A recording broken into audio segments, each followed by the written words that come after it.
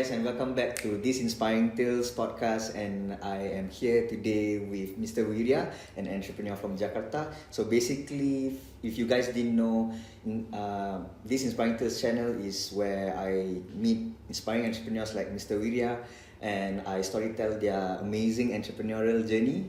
And yeah, because definitely everyone only sees the success, but they don't see the challenges and the struggles that they have to go through. And thank you so much for being here with me today. Thank you for having me. Yeah. So, in terms of business, Mr. Wiriah actually has a lot of multiple businesses. Right. So, not sure how I can actually introduce you, but maybe you can actually introduce yourself. Yeah, probably it sounds fancy, a lot of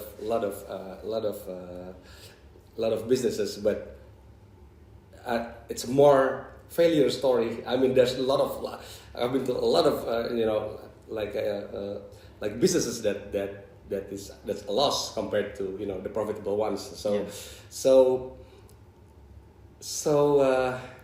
it's not easy. I mean, it's not easy being an entrepreneur. So for myself, I sort of have no choice in terms of when I before even I graduated. I'm the youngest of three of my brothers. I'm the youngest, and before I even graduated my undergrad, I was also working with my brother, and then right after I graduated, I was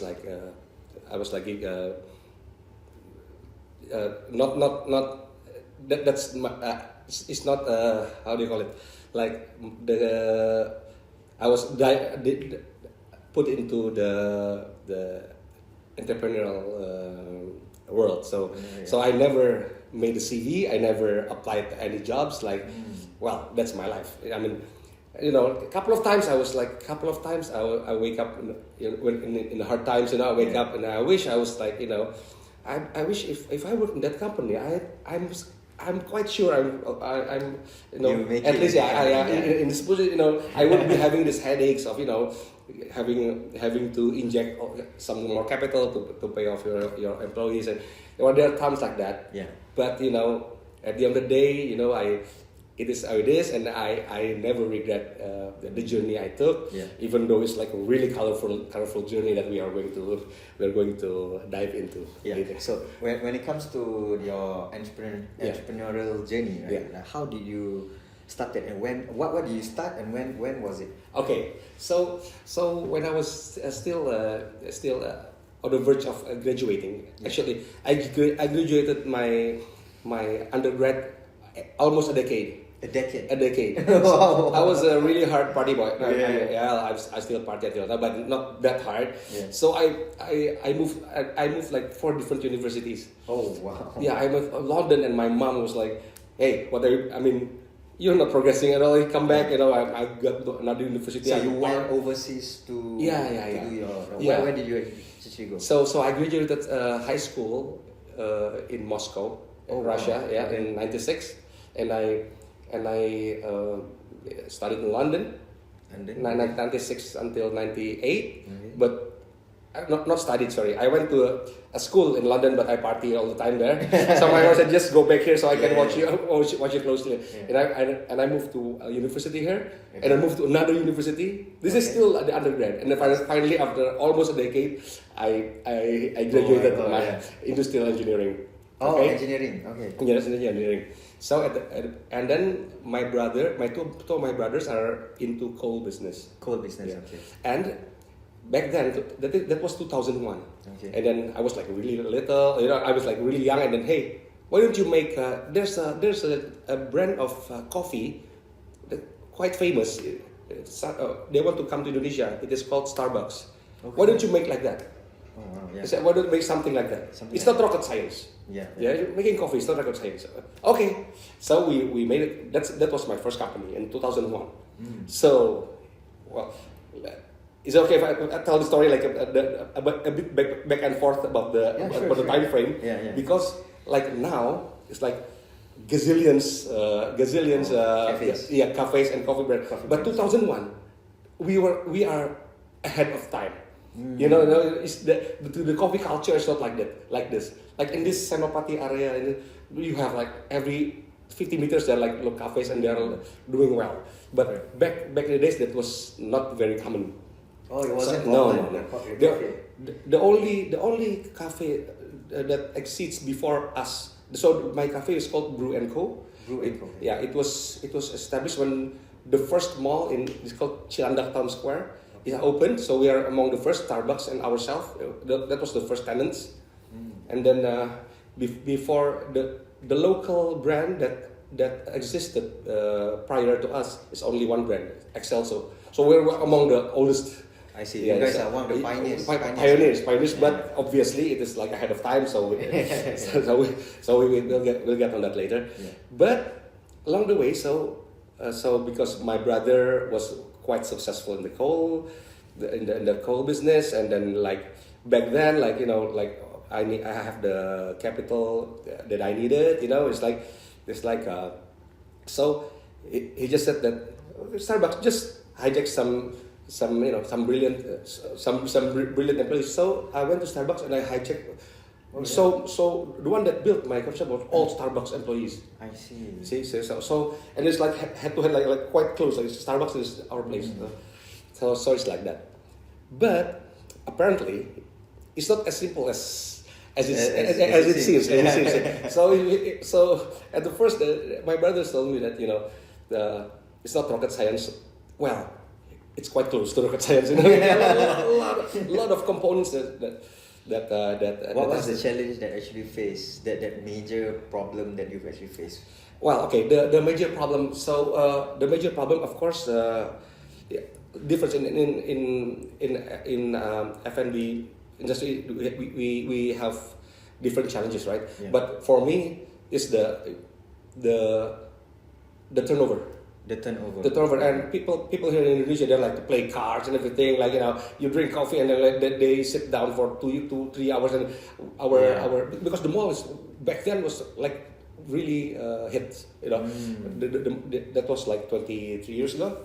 So it was like, but the city capital. So we have to. That affected the sales as well. Because you need, especially for F&B, including cafe, restaurants, they need at least 2 to 3 turnovers per day.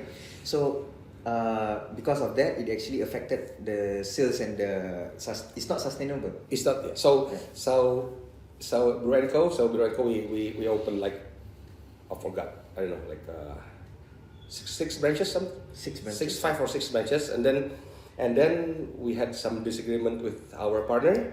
So we part ways, and I opened another one. Okay. It's called Coffee Brothers. Coffee Brothers. Yeah, there's Coffee Brothers. We have 3. So Coffee Brothers, that was in 2000. I have to look at it. 2003. 2003. Coffee Brothers, but it never really. It was never really a success. Okay. So it's not. There's a lot of common obstacles in F&B. Yeah. But so. What was it? Was it the marketing? Was it the operation? What actually made it? Okay, so I am quite. I understand that I have to admit that I'm not quite good at the back end of the at the back office, So I'm sort of like a flamboyant figure that have this concept and everything, and people coming in, but it's not. I never. Tidy is not my thing. That I was young, and it is like keeping the. I mean, a lot of. I mean, we are free to talk. So in the industry, a lot of stealing. A lot of stealing. A lot of from your employees. So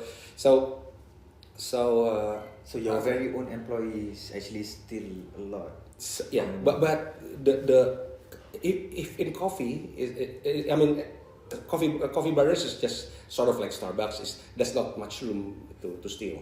Yeah. But after that, a year after that, there's like my coffee shop is in the mezzanine in the Hotel Grand Kemang, and then there's underneath it is a club operated by the hotel. Okay. It's not working well. Okay, so the owner of the hotel came up to me and then he said, "Hey, why don't you buy our club?" What do you mean by? Well, rent, and then there's some the interior, everything. You just buy. I don't want to buy. Okay, just use it and rent, and just consider it as a rent.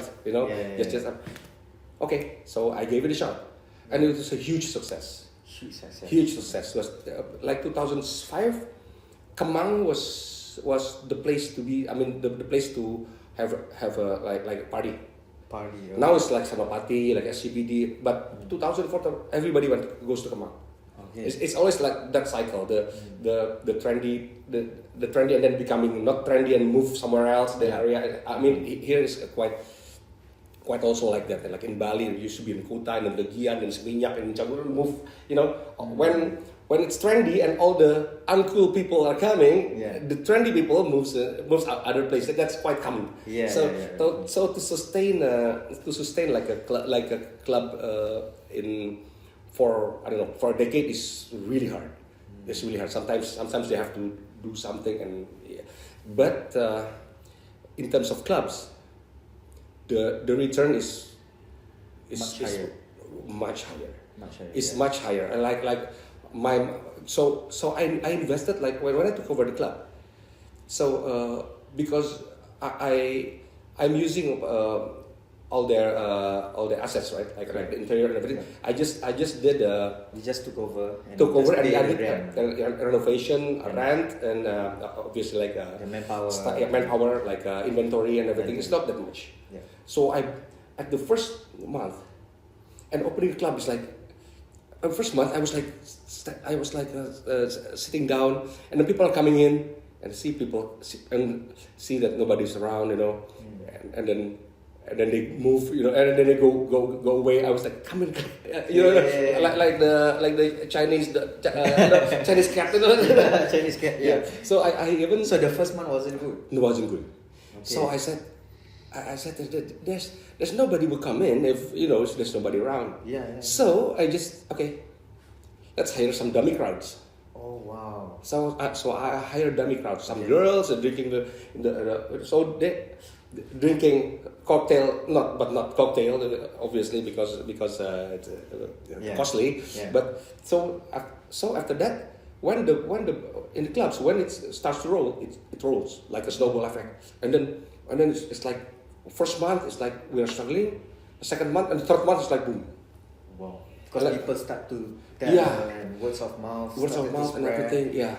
So you actually use that dummy crowd as a strategy to so that people who actually walk past the club would actually go in because there are people who are in the club. Okay. Correct. And the concept shifts. Okay. Shifts because at first it was like there was a grand piano and then like a lounge, right? But like there's like a proper food, like all those. But when I examined, everybody came here. Everybody came there to party, and there's no. I mean the revenue is like I don't know, like 10 o'clock, 11 o'clock upwards. I see. You see? Yeah, so I say. Okay, so we just abuse that. I mean, focus on that. So it becomes a club. It's called Bros Lounge, but it's actually a club. So you open until 4 o'clock and everybody's like a normal club as we see. Yeah. So it was a huge success. We are like back in the days. We and other place called New China was among the highest revenue in the Kemang. We can reach like almost $1 billion a month, $1 billion a month. That's quite high back then. That's 1 million. Is it 1 million? Yeah. No. It's 100K. 100K. It's 100K Singapore SGD. But back in the days, it was quite high. Money, So it was selling like 100K. Okay, so the rent for me for the cost of goods, the COGS is like around I don't know, like because it's liquor, it's quite good. It's 30, more probably less. It's 30. Yeah. Okay, and the rent is like 10K, and the salary is like, I don't know, 7K. Yeah. So I still You beg still like earn, yeah. I still beg like, I don't know, like 40, around 40K. Yeah. Me and my early 20s, 40K a month is quite okay, right? It's good. It's Yeah. So I graduated my undergrad at 2001. Yeah. And then I jumped into the entrepreneur business with coffee shop and lounge, and then I started because my undergrad was industrial engineering, but it turns out that the path leads me to F&B. Yeah. F&B. So I starting to like F&B. So at 2007, I went abroad to take my postgrad Okay. in hospitality management in Switzerland, I see. in Lausanne. The reason why you did that is to improve your Yeah. F&B Yeah. businesses True. here in Indonesia. True. I see. It's true. Okay, so I went to school, but you know, like we discussed before, in 2009 there was a global economic fall down. Like the coal business that my brothers have has got some, you know, it's a terrible year. Yeah. So when I was in Switzerland, my brother said, please sell the club. So I sold the club. Oh. So because he's in a lot of debt. I have to sell like a lot of things that but mainly the working one is that I have few coffee shops, but it's not working. So the reason why he asked you to do that is because your brother is the one who actually helped to fund your business. Yeah. So the way it works is he will finance like a majority. I know 50%, 55%, but I have to find so I have to You have to run it. I have to find investors. Find Yeah, investors. to invest in that. So it's like that, and it was quite easy for me to get investors because I don't know. It's just I don't know. Because Because you I- have connections. Or probably because I am a natural born bullshitter. So you're good at talking to people. Yeah, I think so. I don't know. Yeah, so yeah, when I got back from Switzerland, and I went to Kemang area again, but in Kemang area was a lot of clubs, like too many clubs. Too many clubs. Okay. Too many clubs, and I said, "Wait, we don't want to start." I said, we're not going to start Club again. Club again. It's too much." I get an idea. Back then, that was 2009. Yeah, 2009. The karaoke world. Okay, here comes the karaoke. Here comes the okay, karaoke, here yeah. comes karaoke world. So in Indonesia, they are like white karaoke and black karaoke. I think it's most of the countries. It's like that. The white karaoke. Yeah, family and non-family. Family and non-family. Okay, what differentiate? Of course, the white doesn't have like girls. Yeah. They depend on you charge the room by the hour and By the hour, the food, as well. Yeah. In dark, there are two stages. One that breaks the law. One is not breaking the law. Like if like the girls like accompany you with no sexual transaction, with no drugs, then you're not actually breaking any law. Yeah. There's no prostitution. It's not breaking any law. So, but it's considered black because they are like girls to accompany you.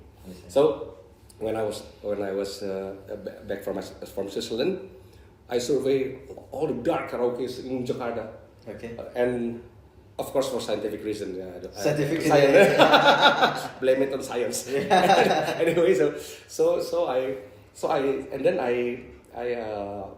fell in love with this one group. This one Japanese chain. Okay. That's they embodies the geisha concept. You know, The geisha is not prostitutes. Yeah. They are like when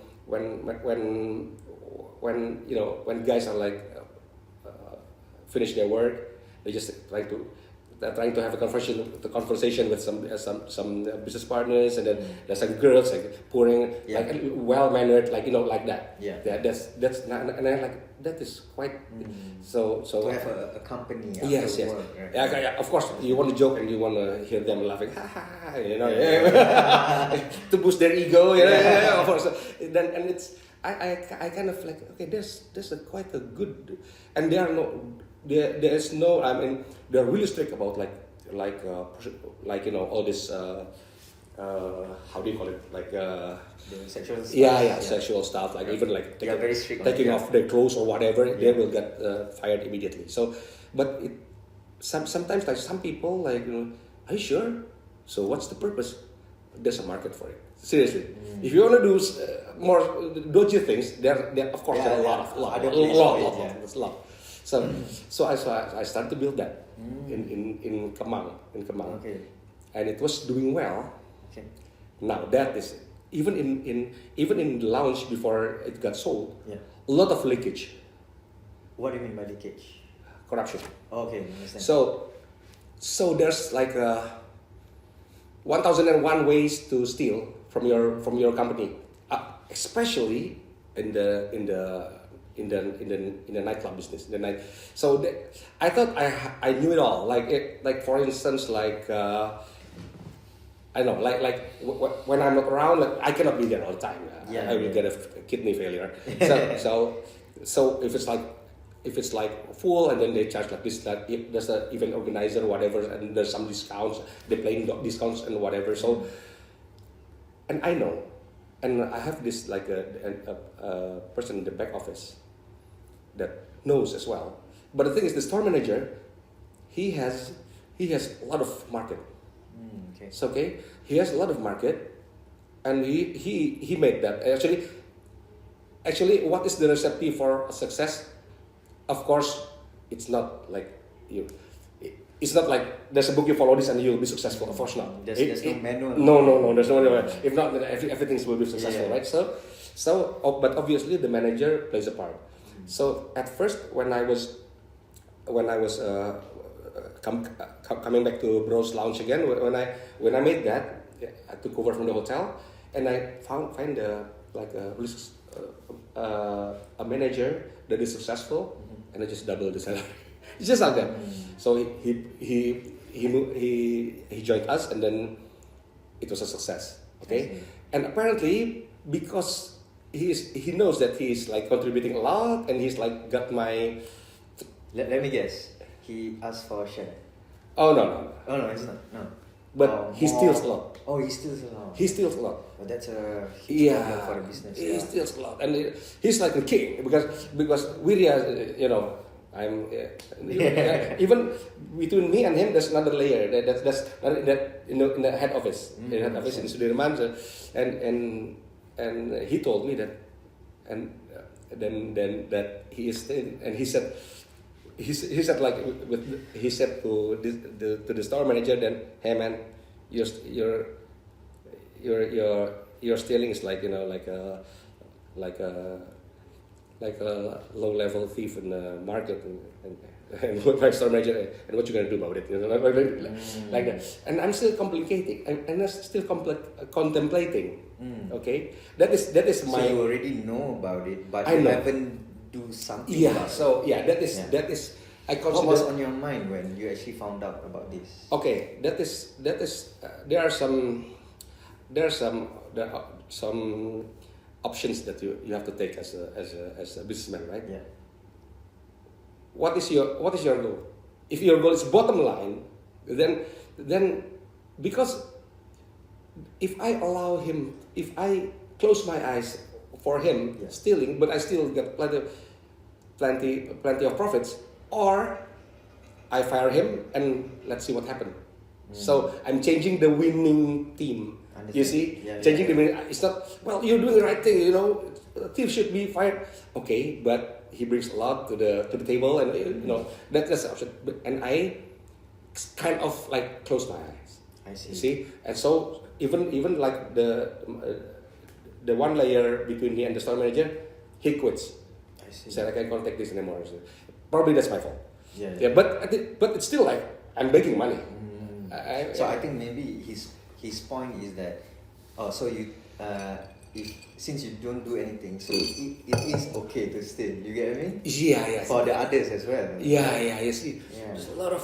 But you actually wanted to make the guy stay because he's a good employee in terms of performance. Yeah, right? and he has a market. Like yeah. But it's just that the only thing is that he still. So Yeah. what did you do about it? I didn't do anything. Nothing at all. Nothing at all. That's why. But it's still profitable, but it's not right. But well, it is for us to discuss. I mean, like it is.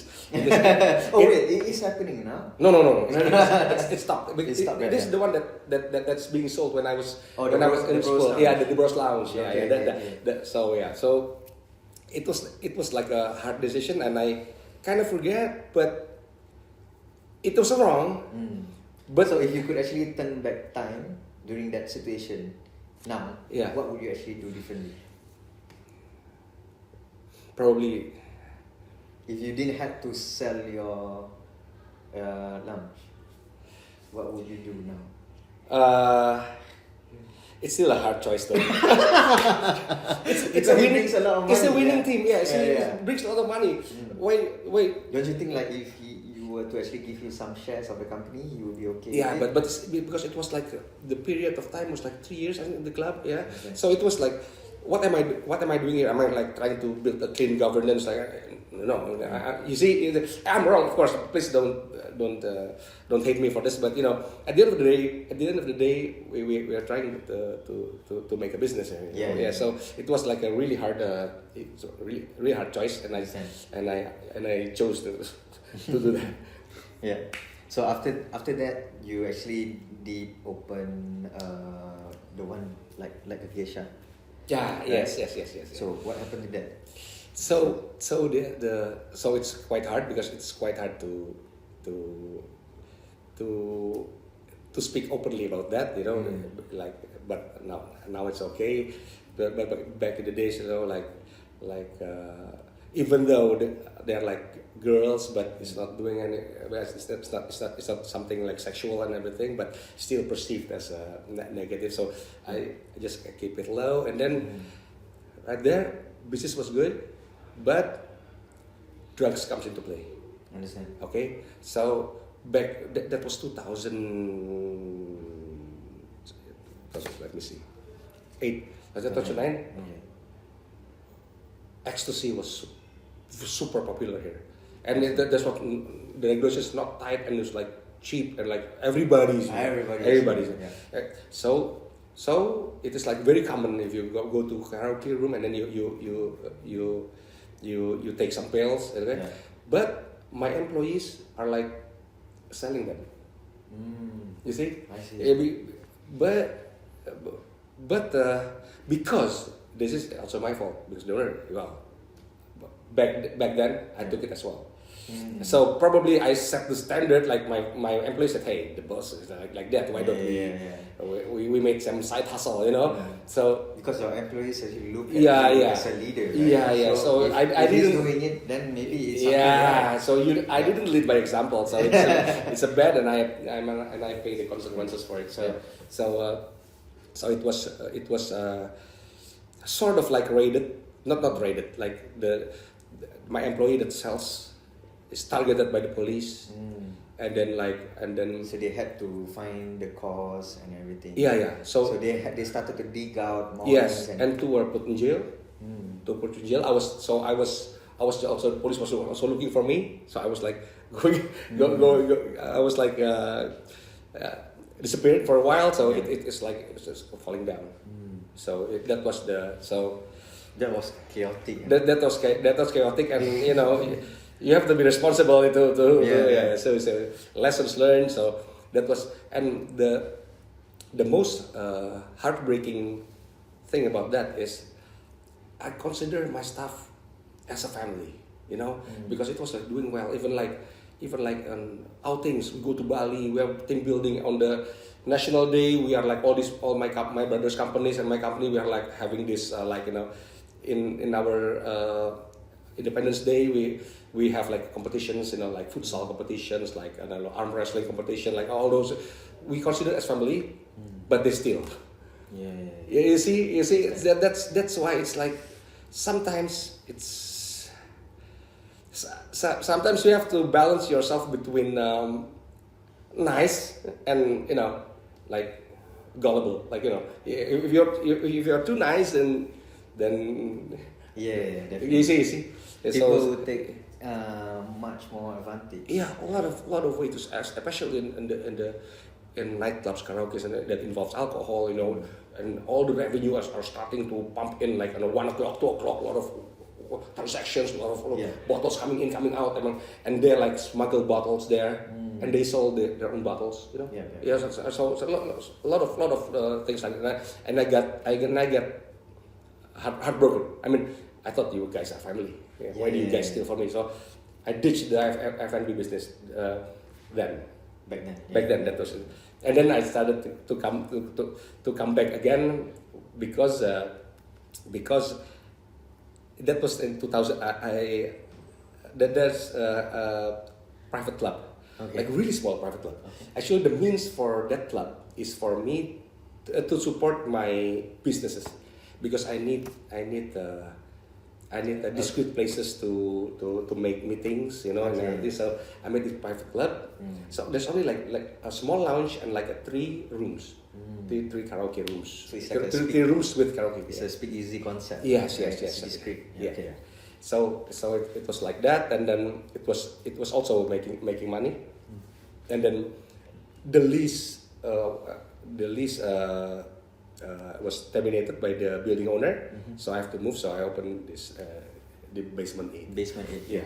Where we are, yeah. But because this is like in a residential building and everything, so I have to see what is suitable. So sometimes I don't know whether it's good or not. I mean, sometimes. If the concept is not working, sometimes you have to shift, But if you shift too much, then you lose your identity, That's all in the game. I'm not claiming that I'm the best at the business. Obviously, I'm not. But like still, this basement 8, we have a lounge, we have live music, but now we're in a construction period, because we're expanding with two private rooms there. So we just cut the live performances because it's costly. I understand. Yeah. So, in terms of the current ventures that you have more than just F&B, right? Oh yeah. So, what other industries are you in actually? Okay, so I talked a lot about the F&B because it is a lot of things happen. It's amazing. So currently in the F&B business, I own this one. This is Speakeasy Bar called Basement 8. It's an Opati. I also invested in a club in Kemang as well. But in Kemang, there's a club, like a DJ club called BOF. There's a Brotherhood on 5th. Actually it's like a lot of people, like from my buddies from my high school. We chip in like very little, but for us to have a place to hang out, and we still maintain the music. So because I come from a quite famous school in high school, but all boys.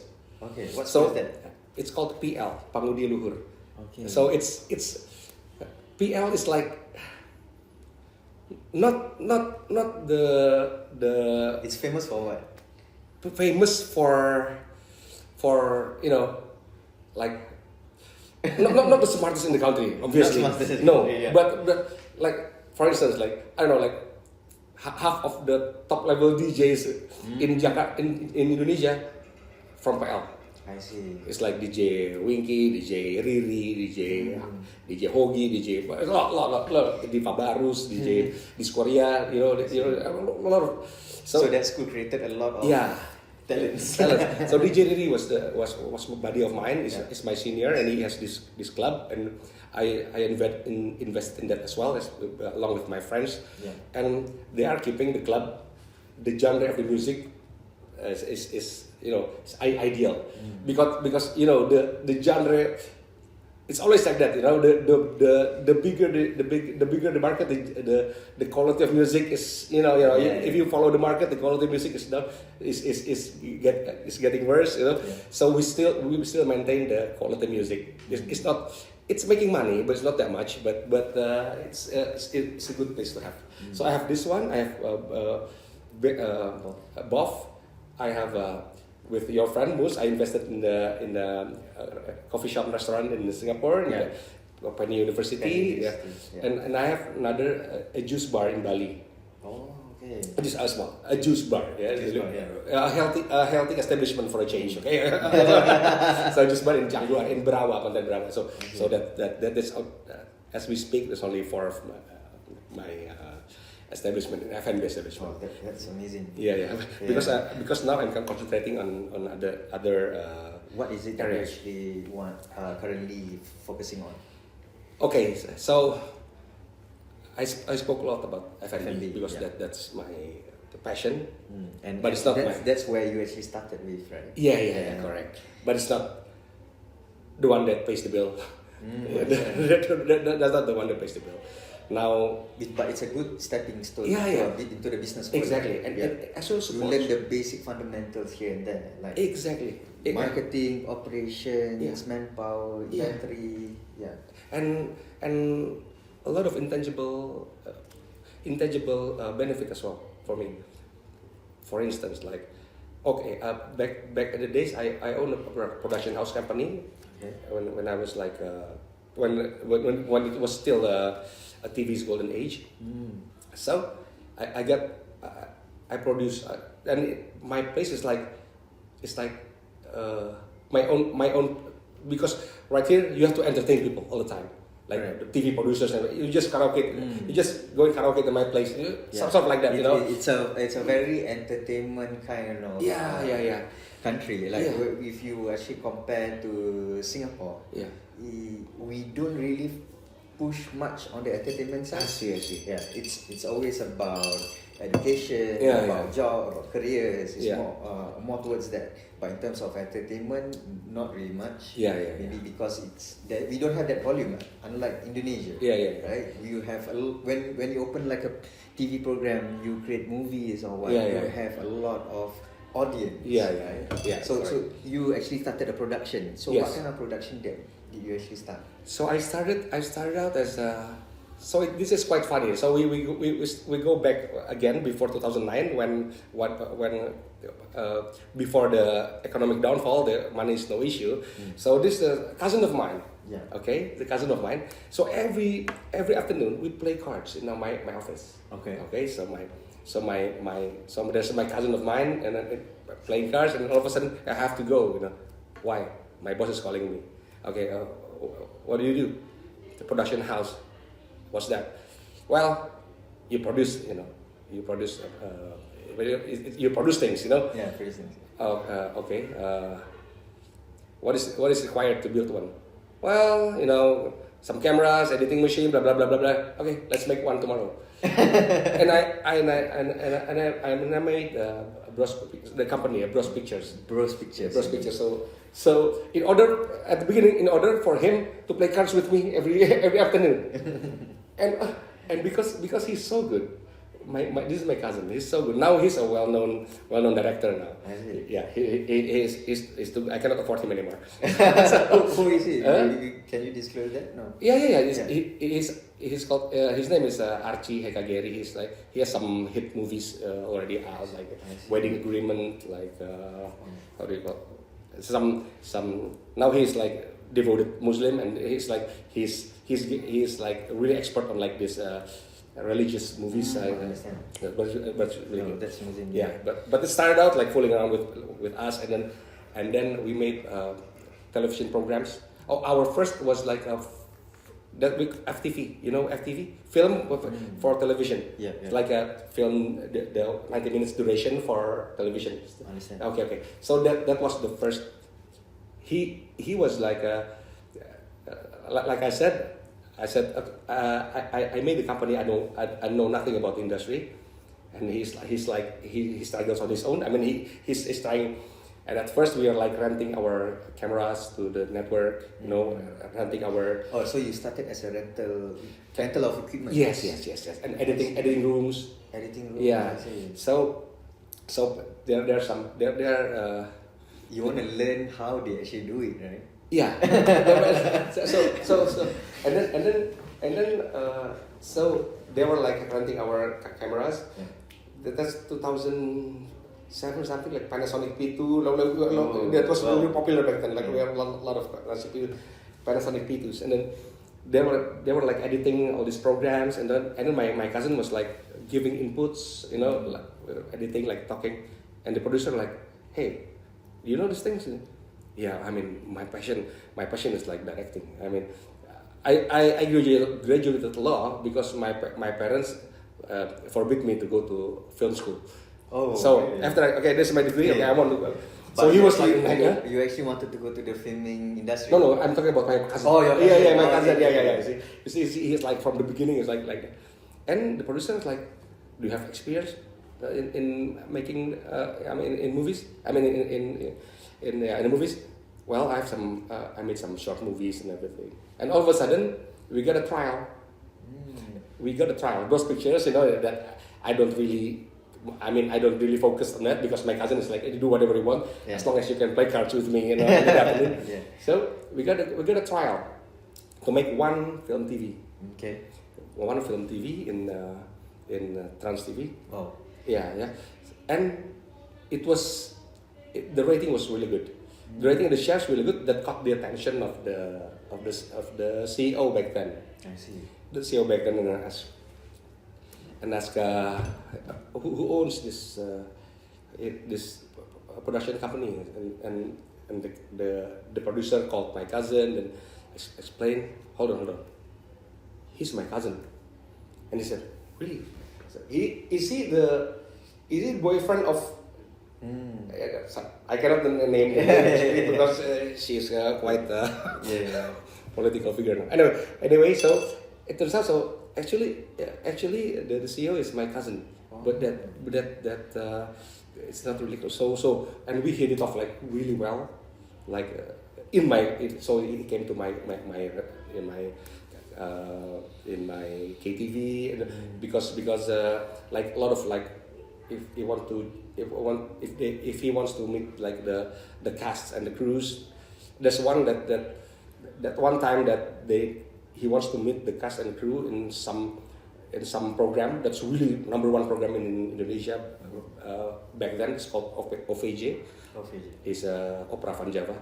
It was like #1 program in Indonesia, and it's like declining. Okay. And he wanted to meet the cast and the producers, but he doesn't want it. He doesn't want it to look like he was like giving. So become casual, and I said, hey, why don't you can please use my karaoke, just do it in the biggest room, and then all the cast. So that is some example of intangible benefits, like I told you before about having that. So, but obviously the television era is going to a sunset. Here comes the digital era. Because there's YouTube now. There's Netflix. Amazon Prime. So many, and also the Android TV also, right? Yes, crazy. So I it was not doing very well. So I carry on with other stuff. I see. So you didn't continue that. So it closed down. I stopped it away. I stopped because I'm too busy like developing other companies. So you actually previously you also actually mentioned that you have your own band as well. Oh yeah. What this is the question. What can't you do? Seems like you can do this, you can do that. You like. So it's a good quote for. This is a good quote from my friend. He's half Russian, half Indonesian. His name is Dimitri, and he said, Wirya is an expert in all unimportant things. Yeah. You see, expert in all unimportant. So I was the champion of, like a back 2006. I forgot to mention. Yeah. So I was like a game freak. You're a game freak. Game Okay. freak. For I only quit like 3 years ago. I was like a game freak, but only a football game. Those before that's from Konami. You know, okay, that was okay. like Winning 11. Yeah, Winning 11. Yeah. I was the Winning 11 champion. Wow. Everybody knows that I'm a Winning 11. So up until now, if I hold a controller and there's a football game, I'm like, Yeah. whoa, okay. So you're playing. I was kind of legend. You know, Oh, yeah. 2006 I was national champion. 2007 I was national champion. Back then the game was played offline. So it was like held in the big mall in Mall Taman Anggrek. There are like 50 machines, and it's like being shoot to the big screen, and everybody plays that. And before that, 2006 was in some cafe called Front Row. It's like 1 month of competition, and I won that. Amazing. Yeah. So technically you into gaming industry, meaning technically it's the entertainment industry. Yeah. Right? When you actually mentioned, because you actually went and opened up like a bar, a club, lounge, right? Yeah. You mentioned. Then you also was a national champion. Yes. In gaming and, Yeah. production as well. You started a production as well. So everything. Yeah. And everything leads to entertainment. No, the production comes later. Oh, later, That was 2006, 2007 when I still have Bros Lounge. Yeah. So basically, what I'm trying to say is like, in general, Entertainment. it's entertainment. Yeah, so yeah. you are good at in terms of this entertainment industry. Yeah. So that's amazing. But that quote was funny. He is really good in unimportant things. Yeah. So 2009, let me tell you a story about the gaming. So it was, I started like from 96. That was Konami has this game. It's always been a football game, not like a first-person shooter, not like a football game. There's a Konami called Goldstorm, and then it evolves to Winning 11 and Winning 11 all the way until 2010. Then shift to FIFA. Yeah. Shift to FIFA, and I was quite serious. And here comes the online era. Online era. Yeah. So the online era that is quite crazy. I was also like a top 200 regional, but I never, because I was the champion, and now I'm not even like in the top 30, top 40, and it disturbs me a lot. A lot, right? Because well, 2006, 2007 was, I was like young. I didn't have a lot of work, Yeah. So I just practice and then with my friends fooling around. You had more time. Yeah, exactly. Yeah. But in the FIFA, and then, so we have to build a team. Do you play FIFA? Yeah, I play FIFA. Oh, you play FIFA Ultimate Team foot? I used to. Okay. Yeah. So foot, there's like a weekend league, and you have Yeah. I have to maintain my ranking in order to qualify to the next weekend league, and I have to spend a lot, and I have to wake up like 2 or 3 o'clock at night just to have a good connection in the internet, because internet here is not as good as in Singapore. Yeah. So even when I'm going abroad, I was like in the holidays, and we were like traveling through Europe. I with my friends, and the game schedule affects my holiday. So everybody was like, "Oh yeah, you go and play ski." I was in the room because it was a weekend, so we choose the Airbnb that has the broadband, and I just play. I just finished my weekend league. So it really like it affected your it other affected. time of your personal Yes. stuff, and but back then, and you also run businesses Yeah, as well. yeah. That is starting though. So it is affecting. So it is actually like when I left the game, it was like, I'm not saying that gaming is bad. Yeah, I'm just telling my life story. When I left the game, I don't know, like 4 years ago. That was kind of like a major. It may sound little, but it's actually quite big, because I've been playing games for two decades, 3 decades. So Yeah. I finally I cannot because I'm the kind of guy that When you focus on something, addictive. Yes. If you can play, moderately, then it's great.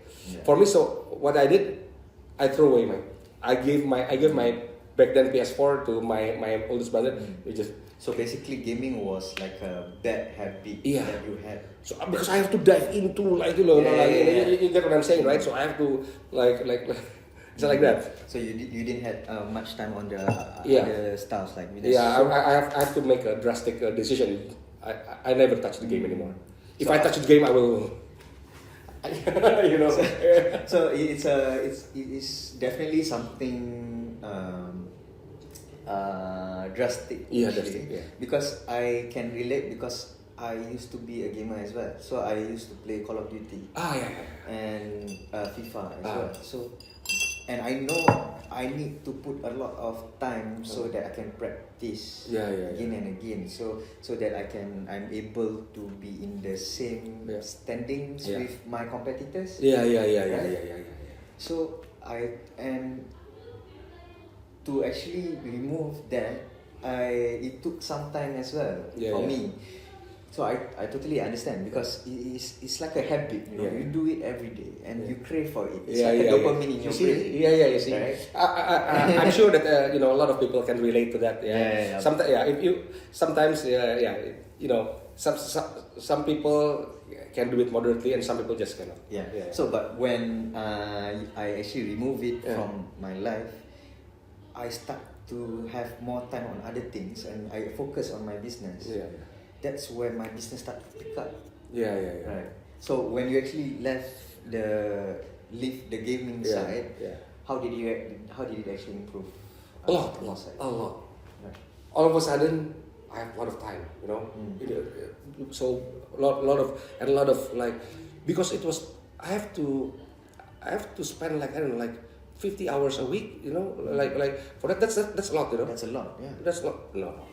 50 hours is. I'm exaggerating. Yeah. No. No. It's a 2020. I don't know. Whatever. So it's a lot. And sometimes I deliberately wake up at the end at like 2 or 3 a.m. Just to complete the it's really then. So but now I'm addicted to golf. Well, the addiction have to go somewhere. I've been playing golf since I don't know since high school, but it's like on and off. Now I'm starting to like this is all you see. I'm really like tan. You have to. I think it's good that you actually mentioned about this because I feel that a lot of people's view out there, they view entrepreneurs as someone who have to only hustle and only like 24/7 you have to like here and there, but it is not a sustainable way to do that, right? You need time for yourself. Yes. Correct. Yeah.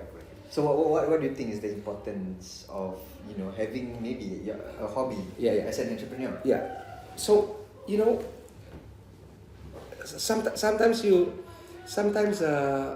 don't realize that you're doing something that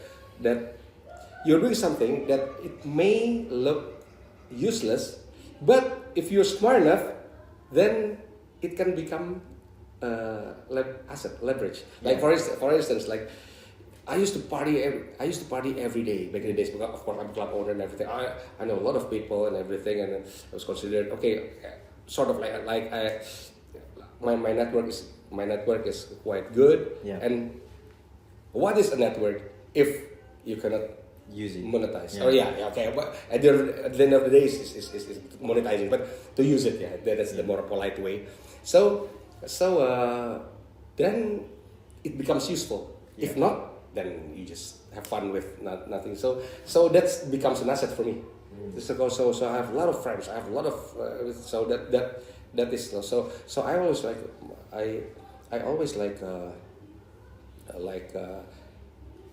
encourage like my nephews. My nephews are like a school in States and from Europe and everything. I always told them that, okay, of course, academics is important, of course, but network. I mean, you have to mingle, you have to party. Seriously, you have to party.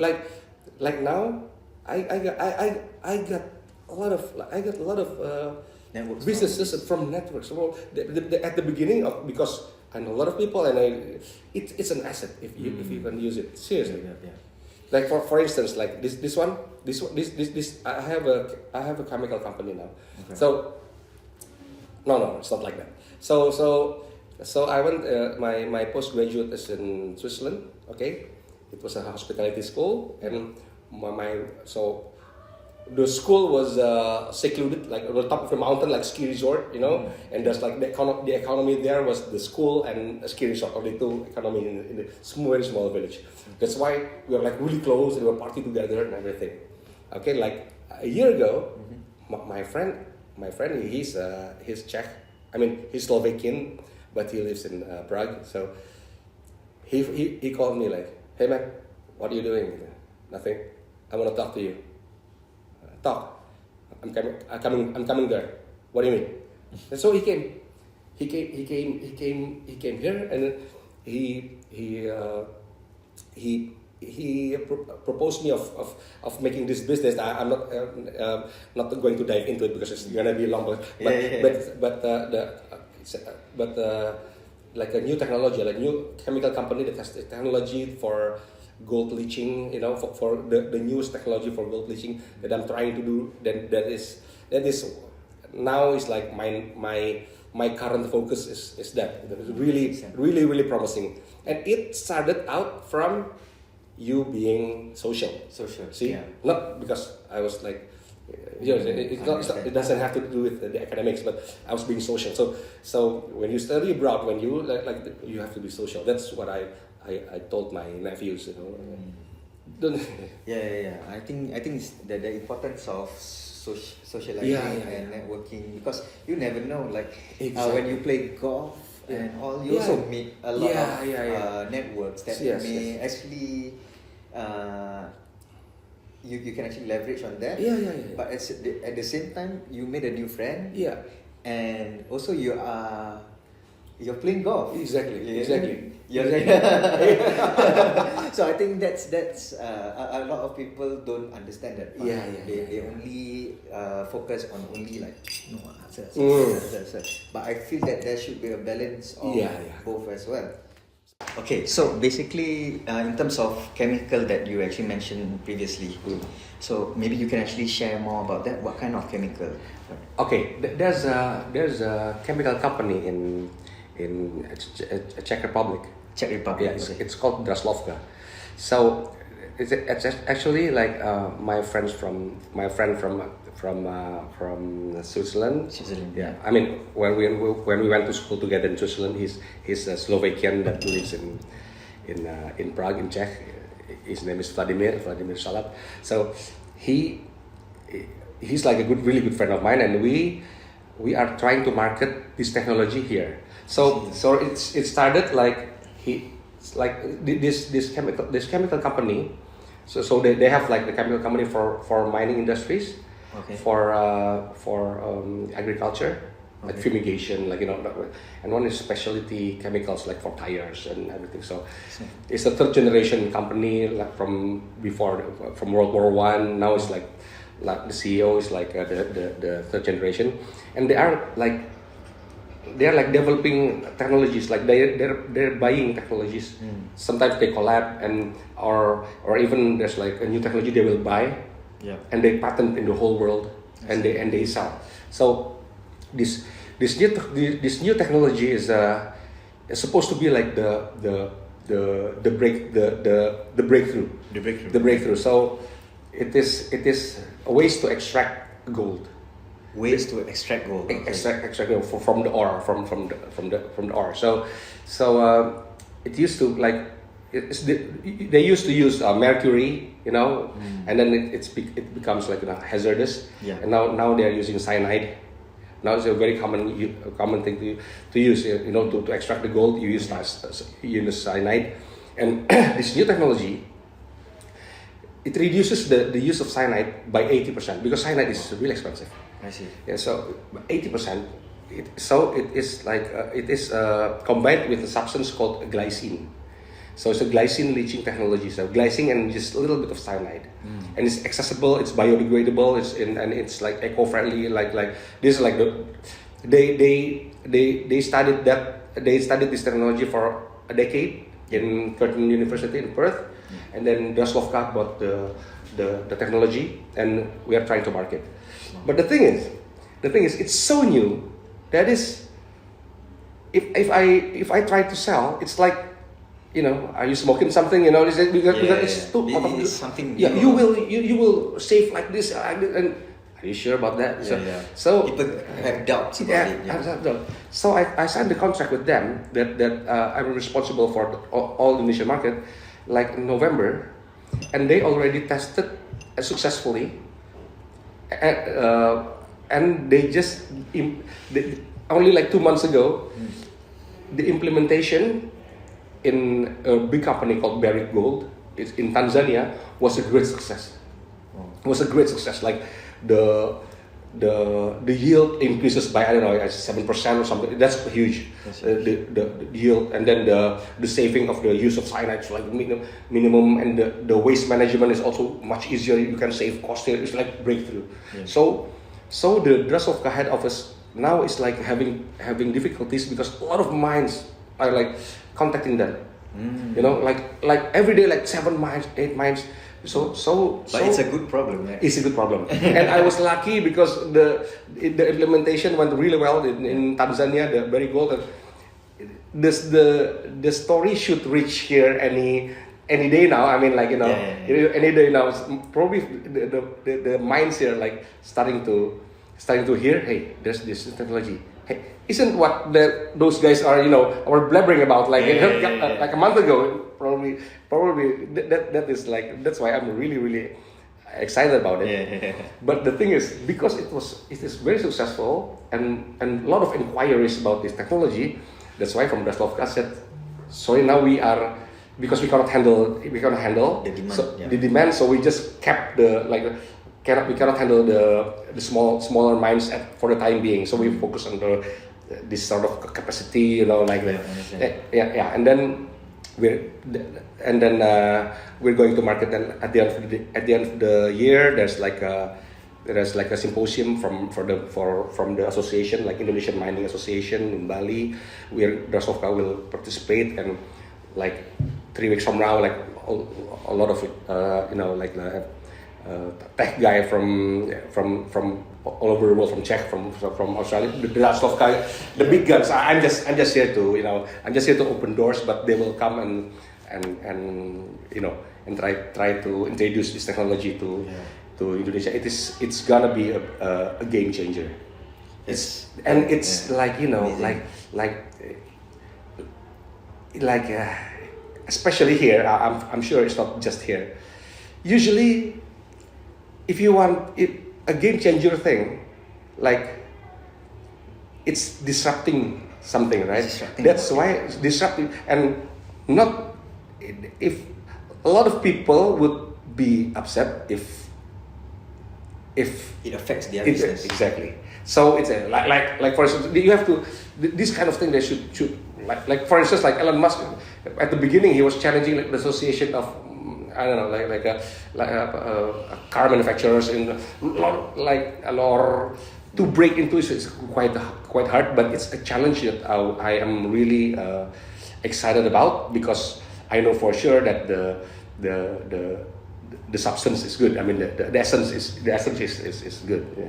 Oh, that's amazing. That's definitely something way different than like you mentioned, the F&B side kind of business. I can be serious sometimes. No, I mean, like, it's definitely more towards the B2B side. B2B, and it's definitely huge. It's so definitely huge. When it comes to like B2C, like retail, F&B, retail, and also B2B. Yeah. What are the difference? Like, for example, for entrepreneurs, right, who actually wants to dabble into other kind of industry, right? So how can B2C entrepreneur should they pivot and try out B2B? What was the difference? What's the pros and cons for both of these? Okay, in my opinion, it depends on what you are. I mean, for instance, when I was a band singer, my obsession was to be a rock vocalist. But my brain went, hey, you have a pop voice. Don't pretend like but I'm a rocker. No. You're like a pop, like like boy band kind of voice. So okay. So it's the same like this. What is your strength?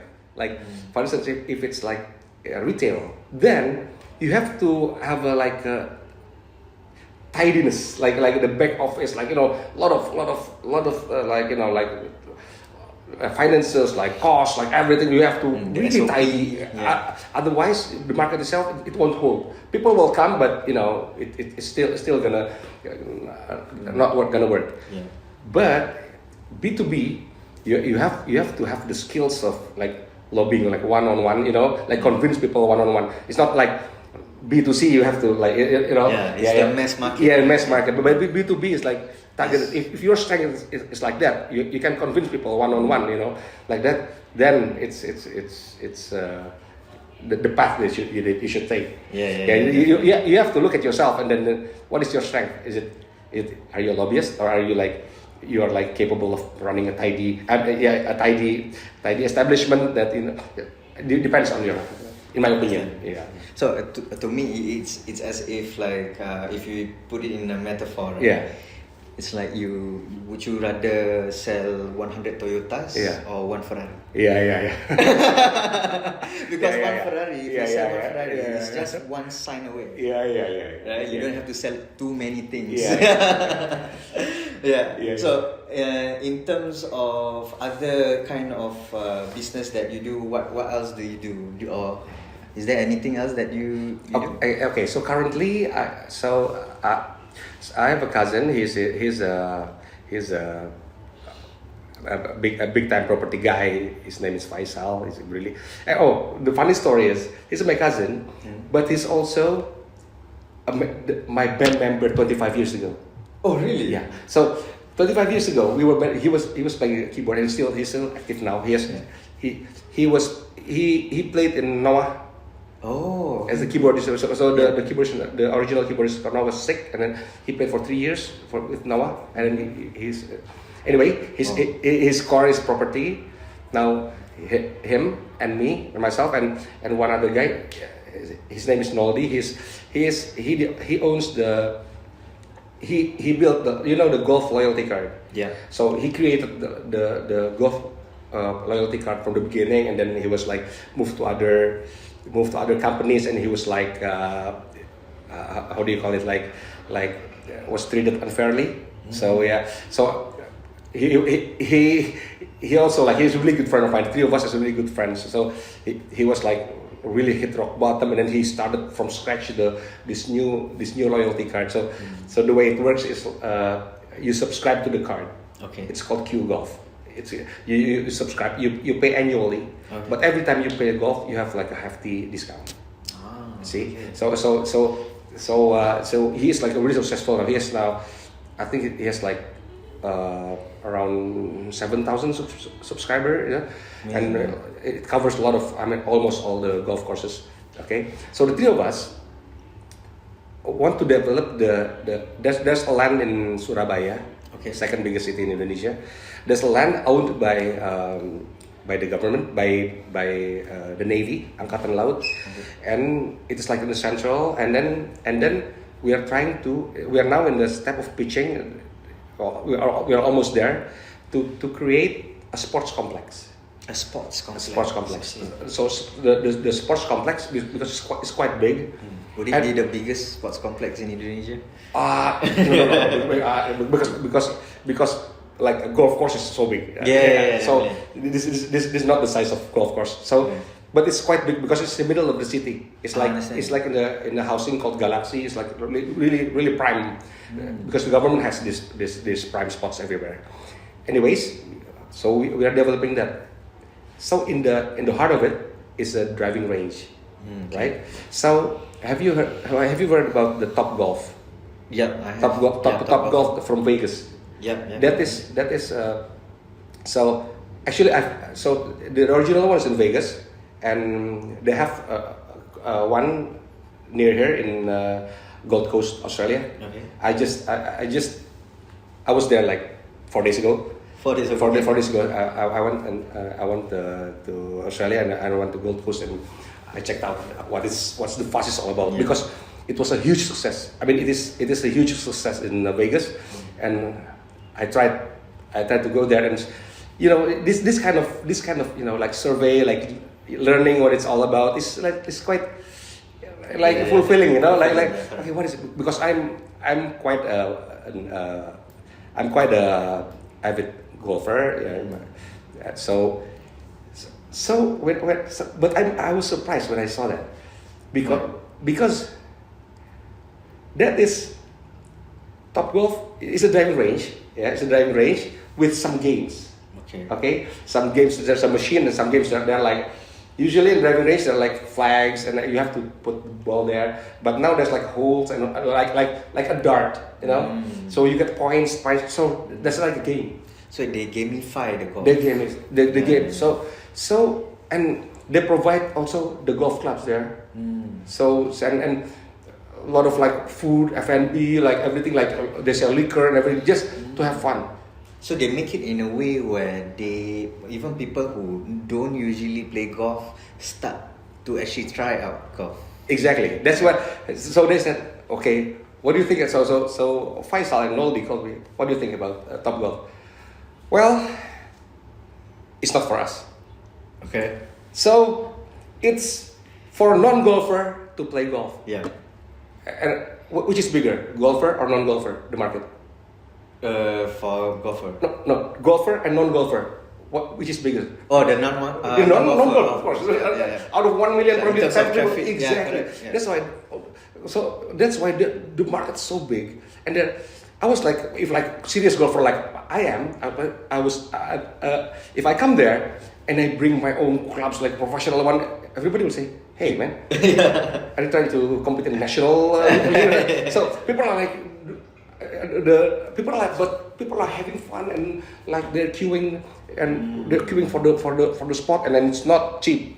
So it's like, okay, so you have to sometimes. So it's good for business because you bring in a lot of traffic. Yeah, and sometimes don't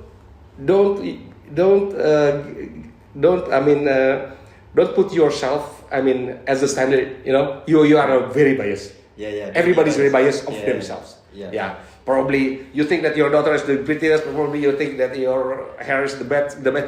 I think, well, I don't. That's not golf, But I'm not the market. So you have to realize that. Don't be a. So now we are going to build in Surabaya the sports complex, and in the middle of it is like a driving range that supposed to be like a driving range, but with sort of like. But we still haven't determined about the balance between the seriousness of golf and the entertainment. If for a full blown entertainment, then the golf is like, so probably in the middle. I don't know. I just got back like 2 days ago. So I actually haven't met two of my partners there. So it is. I think probably it depends on the goal that you guys are going towards too. Yeah. So in Surabaya also there's a lot of rich people, and Surabaya people likes to, I don't mean in a bad way, but likes to flex. I see. Likes to flex. It's well known. So they are like mostly of the base, the bay for the driving range would be a VIP bay, like with rooms, like sofas and air conditioned and everything, and in terrace they're like bay, like a lot of VIP bays, and like so with that's that will be the heart of the sports complex, and then they're like badminton and Is it the same tennis. for Top Golf? Like, is there a serious part of? No. No, right? No. Yeah, because I think if let's say I were to actually take myself in their shoes, the rich people in Surabaya, for example, they may not go for it because there are non-golfers as well. Right? It doesn't feel exclusive. Exactly. This is still, as we speak, is still in discussion. Discussion. That's also a good point. Yeah. There's a three levels. Probably one is like that. I don't know, like the other. But we have to cater to the serious golfers as well, because serious golfers are the ones with money. Yeah, definitely. Yeah, but for retail, I totally understand your dilemma, right? Yeah, it's a totally different target. Yes.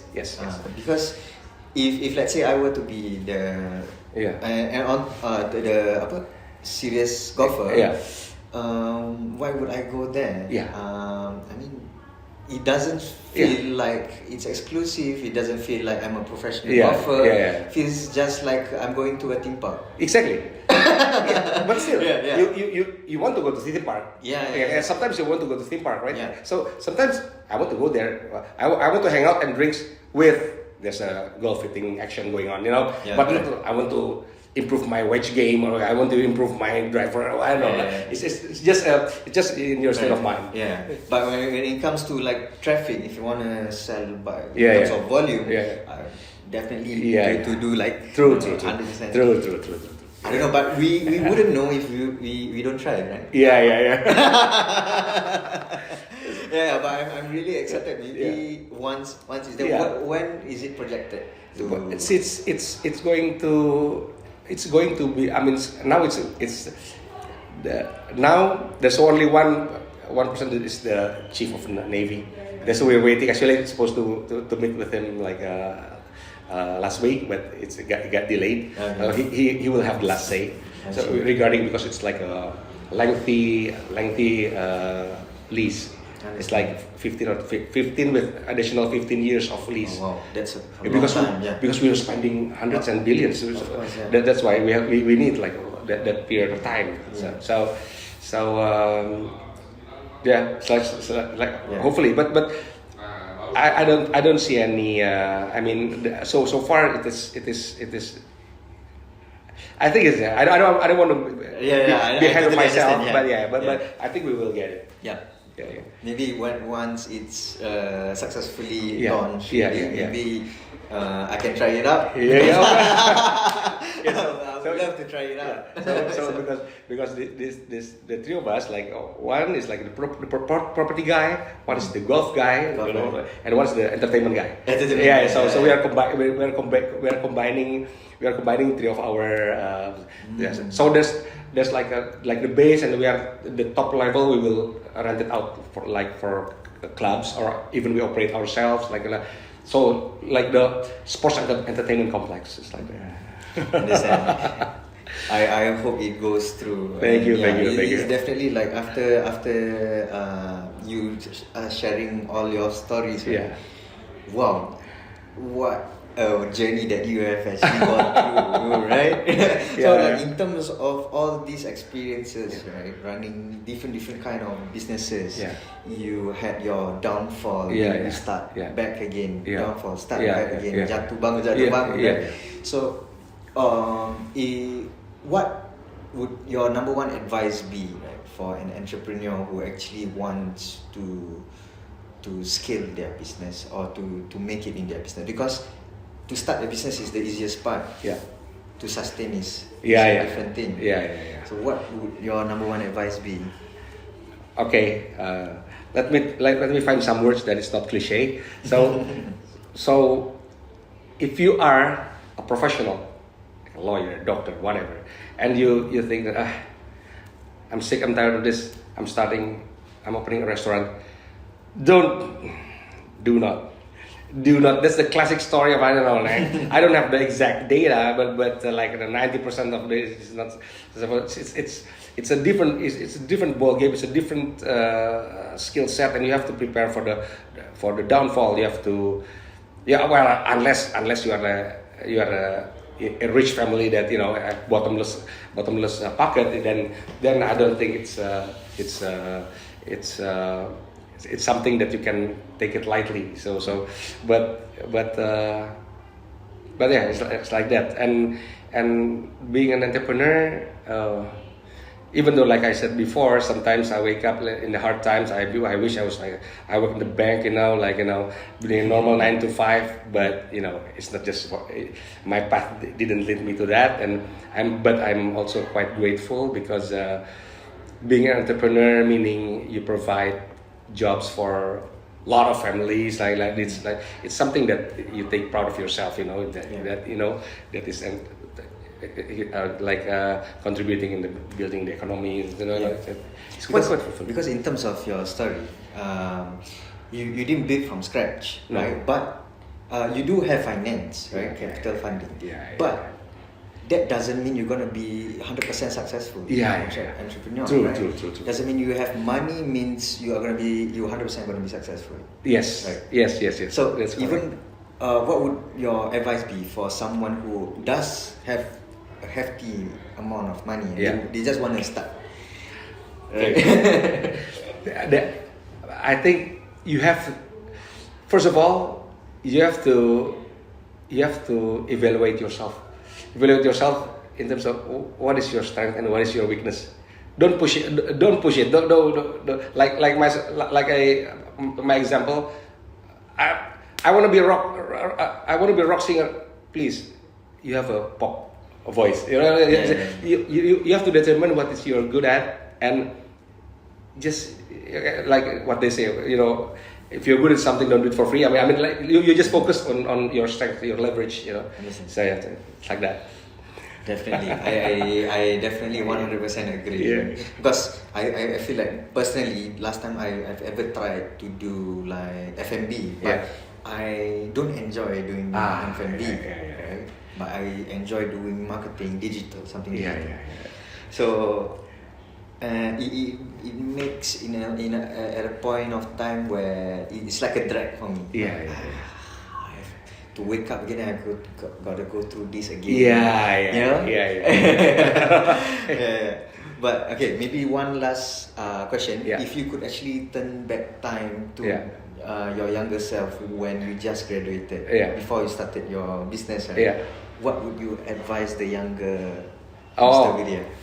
If Mr. Wirya is here with us today, what would you actually say to him? Because I will tell my younger self to grow up. I admit guilty as charged. I'm a late bloomer in terms of because I was born silver spoon. I have no responsibilities. I was partying all the time. And money isn't the issue. Money wasn't the issue, but it is funny how life can turn. Sometimes, 20 years ago, I don't know, nothing will ever happen. But God can give you tests. To even the strongest people and even the most privileged people can suffer from that is how life. So I will tell my younger self you have to grow up like normal people do. Probably I grew up I don't know, everybody's grown up. I still I understand. You understand that? I understand. So what you would say to him? Just but maybe because you actually went through it, that is the reason why you are the person you are today. Hopefully. Thank you so much for sharing with us here. Okay. Right? It was fun. Your story, and we definitely learned a lot from your experience. Your tips and advices as well. So thank you so much. I'm glad to be, and you are also my first guest in Jakarta, really? Indonesia. Okay. So before this is only Singapore and Malaysia. Okay. Really honored. Okay.